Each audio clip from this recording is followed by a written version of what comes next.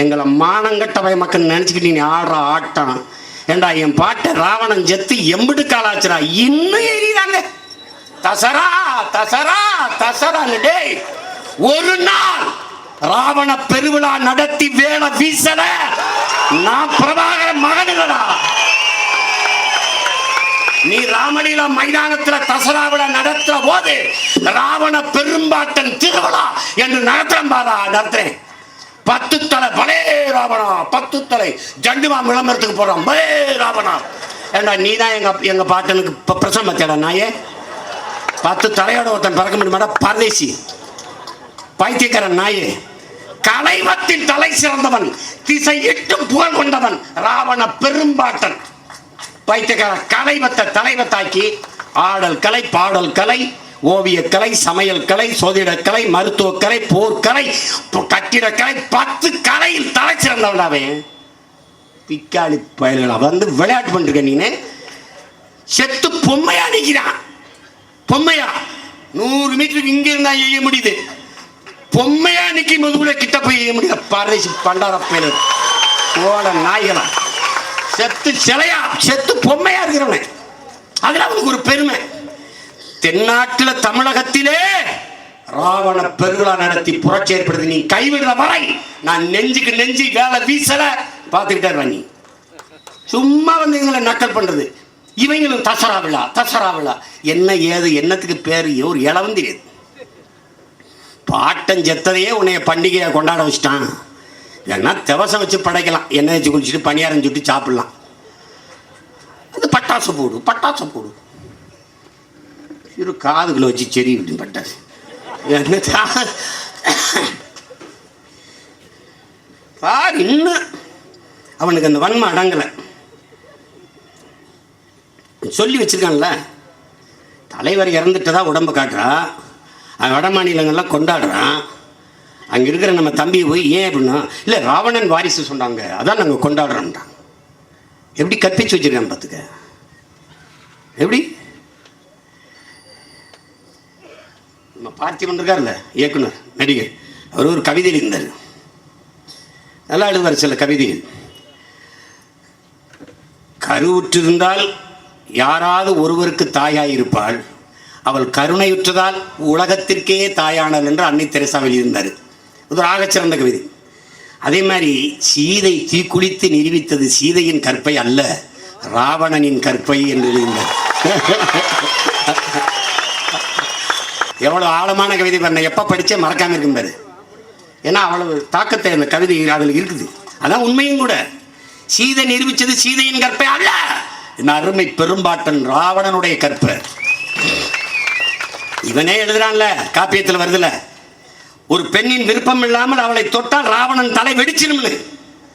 அப்படின்னா தொடலை இல்லடா, என்ன தலை வெடிக்கல. கண்ணிய வன்றா என்ன தமிழ் பெருந்தகைவன். சும்மா ஒரு வன்மத்தை வச்சு தமிழங்க மேல அப்படி எடுறது அப்படி விடுறது.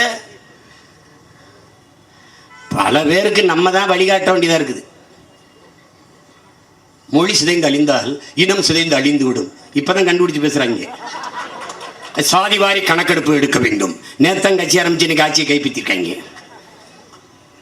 இன்னைக்கு இப்பதான் வந்திருக்காங்க. ராகுல்லாம் இப்பதான் வந்திருக்காரு. இவெல்லாம் தூங்கி இருந்திருக்காரு, எழுப்பியிருக்காங்க. 75 ஆண்டுகள் 50 ஆண்டுகள் நீங்க தான் ஆண்டீங்க. அது பத்திரிகையாளர்கள்லாம் இதுல ஒடுக்கப்பட்ட BC MBC SC schedule tribes இதுல யாரு எத்தனை பேர் ஒருத்தன் இல்லை. பச்சலா பச்சலா அதுதான்ப்பா ரொம்ப நாளாக நாங்கள் கேட்டுக்கிட்டு இருக்கோம், கொஞ்சம் பாருங்கன்னு. சாதிவாரி கணக்கெடுப்பு நம்ம ஐயா கடிதம். சாதிவாரி கணக்கெடுப்பு எடுக்க வேண்டும் என்று பிரதமருக்கு நான் கடிதம் எழுதி வலியுறுத்திய போது இதுல இருந்து என்ன தெரியுது? போஸ்ட் மாஸ்டரை கொண்டு முதலமைச்சர் ஆக்கினா அவன் கடிதம் தான் எழுதிட்டு அவங்க அப்பா எழுதின கடிதத்தில் கொஞ்சம் மிச்சம் வச்சுட்டு போயிட்டாரு. அது எழுது. கச்சத்தீவு மீட்புக்கு கடிதம் எழுதியிருக்கிறேன், காவிரி நதிநீர் உரிமைக்கு கடிதம் எழுதியிருக்கிறேன். ஏப்பா இமெயில் இன்டர்நெட் இன்ஸ்டாகிராமு போர் எல்லாம் வந்துருச்சப்பா. ஃபர்ஸ்ட் டைமு சிக்னல் ஆப்பு எல்லாம் வந்துருச்சு. இப்போ வந்துட்டு கடிதம் கடிதம் நிதிஷ்குமார் கடிதம் எழுதிட்டு இருந்தாரா பீகாரில்? இது பெரியார் மண், சமூக நீதி எங்க இருக்கு? எங்க இருக்கு? எங்க இருக்கு? இந்த மேல் பாதையில் கோயிலை திறந்து உள்ள கும்பிடுன்னு சொல்ல தெரியல. உயர்ந்த சாதிக்காரன் தாழ்ந்த சாதிக்காரன் போனார்கள டெட் பாடி, அதை அந்த சாதிக்காரன் சுடுகாட்டு வெளியே தூக்கி போக முடியல திராவிட திருவாளர்கள் ஆட்சியில். சமூக நீதி, இதெல்லாம் சமூக நீதி. பேசாத.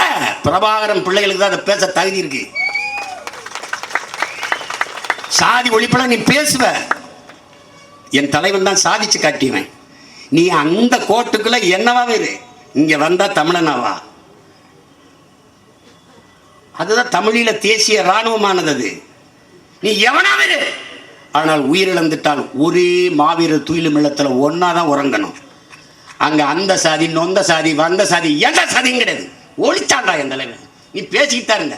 உயர்ந்த சாதி தாழ்ந்த சாதி என்ற ஒரு பாகுபாடற்ற சமூக நீதி அதை படைச்சாரு. சமூக விடுதலையை சாதித்து காட்டினார். ஏழை பணக்காரன் பாகுபாடற்ற வர்க்க விடுதலையை சாதித்து காட்டினார். ஆண் பெண் பாகுபாடற்ற பாலியல் வேறுபாடற்ற பெண்ணிய விடுதலையை சாதித்து காட்டினார். பெண் விடுதலை இல்லை என்றால் மண் விடுதலை இல்லை என்ற முழக்கத்தை முன்வைத்து சாதிச்சு காட்டினார். பொருளாதார விடுதலை. சிங்கள எங்களோட தான் சண்டை போட்டான். அவன் உலக நாடுகளில் கையெழுத்து போட்டு கடன் வாங்காத ஒரு நாடு சொல்லுவாப்போம், ஒரே ஒரு நாடு. ஆனால் என் தலைவன் ஒரு நாட்டில், உலக நாட்டில் ₹1 கடன் வாங்கினான்னு காட்டுறா பார்ப்போம். ₹1. அதாங்க தற்சார்பு. பாட்டி வடை சுட்டு வித்து கொடுத்த காசுல படை கட்டி தன் நாட்டு விடுதலைக்கு போராடிய புரட்சியாளன் என் தலைவன் பிரபாகரன். நீ சும்மா இதை பேச்சு கூடாது.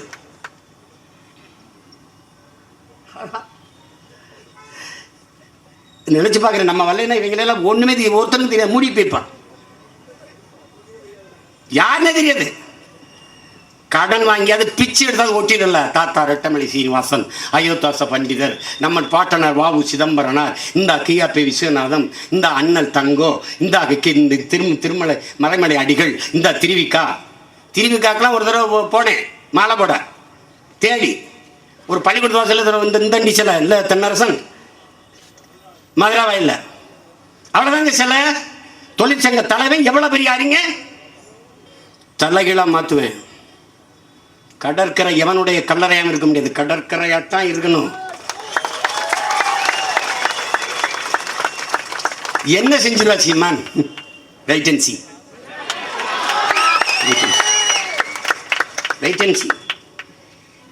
இவர்கள் என்ன செய்யறாங்க? தமிழன் ஏன் நீட்டா போராடுவான்? பண மதிப்பிழப்பா எதிர்ப்பான், இந்தி திணிப்பா எதிர்ப்பான். இது எதுக்கு எதிர்க்கிறான்னா, இந்த நிலப்பரப்பிலேயே என் உடன் பிறந்தார்களே தூய ஒரு இனம் இருக்குல்ல, அந்த பியூர் ரேஸ் இன்னும் சாகாமல் இருப்பது தமிழர்கள் மட்டும்தான். மற்றெல்லாம் கலப்பினோம். 1800 ஆண்டுக்கு முன்னாடி கன்னடர்கள் இல்லை, தமிழர்கள். தமிழோடு சமஸ்கிருதம் கலந்து பேசி பிரிந்த மொழிகள் இவையெல்லாம், கன்னடம் தெலுங்கு துளு எல்லாம். அதனால அவனுடைய மொழியில தூயத்தை, அவனுக்கு மொழி இருக்குல்ல, கன்னடன் மொழி பற்றோடு இருப்பான். ஆனால் அவ்வளவு கன்னடம் இல்லை. ఈ మైకులు, ఈ పిక్చర్లు தான், ఈ ஃபிலிமில், ఈ மூவிலோ தான் எங்களுக்கு திரைப்படம் சித்திரம் அப்படிலாம் இருக்கு. கேரளாவில் போய் நான் படம் எடுத்துக்கிட்டு இருக்கேன். படம் எடுக்கும்போது போலீஸ் ஸ்டேஷன், நம்ம என்ன காவல் நிலையம்னு எழுதி வைப்போம். அவனுக்கு காவல் நிலையம்னு எங்கள் ஊரில் இருக்குதே, இதுக்கு இந்த மலையாளத்தில் என்ன மொழி? அதை போலீஸ் ஸ்டேஷன். ஐயோ, அது போலீஸ் ஸ்டேஷன் இங்கிலீஷு, மலையாளத்தில் அதுதான் போலீஸ் ஸ்டேஷன். அவ்வளோதான். இந்தியாவில் எல்லா மாநிலத்திலையும் இது மைக்கு தான், எனக்கிட்ட மட்டும்தான் அது ஒலி வாங்கி. எல்லாமே ஸ்பீக்கர் தான், எனக்கிட்ட மட்டும்தான் அது ஒலி பெருக்கி. எல்லாமே இது லைட்டு தான், எங்களுக்கு தான் விளக்கு. அது டியூப் லைட்டாக இருக்கா, நீளமாக இருக்கா, குழல் விளக்கு, சின்னதாக இருக்கா, சிமிழ் விளக்கு. என்னை போல மொழி வளமை இலக்கிய வளமை கொண்ட ஒரு இனம் உலக வரலாற்றில் உண்டா? கிடையாது. அந்த மொழி பாரு, ஏன்னா இது சண்டை போடுவான். மொழி இந்தி இந்தி அப்படி ஏன்கள ரத்த ஓட்டம் இன்னும் இருக்கு. பாதிக்கு மேலே போயிட்டான் தங்கிலீஷ் பேசிக்கிட்டு தமிழர். ஆனாலும் ஒருத்தர் 2 பேர் இந்த பரம்பரையில் வந்தவன் இருப்பான்ல, அந்த தூய குருதிக்கு பிறந்தவன் இருப்பான்ல, அவன் எழுந்திரிச்சு நிற்பான். பயப்பட மாட்டான் சீமான், யாருக்கும் பயப்பட மாட்டான். அப்போ எங்கள் வீட்டில் சமைக்கிறதுக்கு கூரை தான் இருந்தது. அந்த கூரை வீட்டில் செப்ப மின் விளக்கில் சிமிழி. அப்போ வந்து சாப்பிட்டு நான் பயணம் போகிறேன். எங்கள் அப்பா அப்பா அப்பா உன்னை கூப்பிட்றாயா, வாங்க தம்பி நீங்கள் வாங்க. அப்பா கூப்பிட்றாரு. என்னங்கப்பா? ஐயா எதிரி கூடிட்டேன், கவனமாக இருக்கணும், அகத்து மகத்தாக இருந்துடக்கூடாது, ஏப்ப சாப்பையாக இருந்துடக்கூடாது.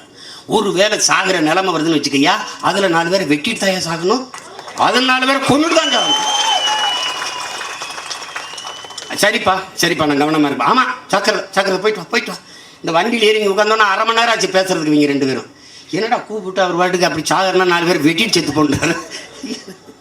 அவன் சொல்லுவான், அப்போ பேசுவான்ல வரும்போதே வாக்கிரிசி வாயில் போட்டு தான் கிளம்பி வருவோம். நீங்கள் உன்னை மாதிரி பயந்துக்கிட்டு அது பண்ணிக்கிட்டு 5 அடிபணிவதும் தமிழன் பரம்பரைக்கே கிடையாதுங்கிறான் என் தலைவன்.